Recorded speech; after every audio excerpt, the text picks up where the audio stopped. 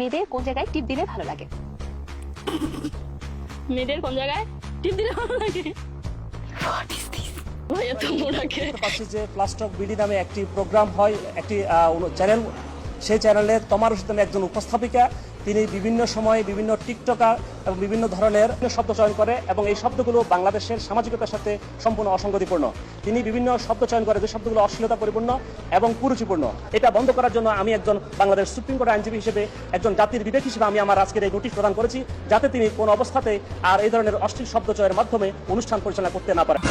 তোমাপুরে লাগে হালকা করে একটু বড়ি দিছি দে বড়ি জাতি দড়ি এক ঠিক কেমন আছে অশ্লীলতা দেয়তে দেয়তে মানে লিমিট ক্রস করে এলাইছি এলে হালকা করে সারে কিনে বড়ি দিছে ওষুধ যেন ওষুধ খাই কি মেন্টালি ঠিক থাকে।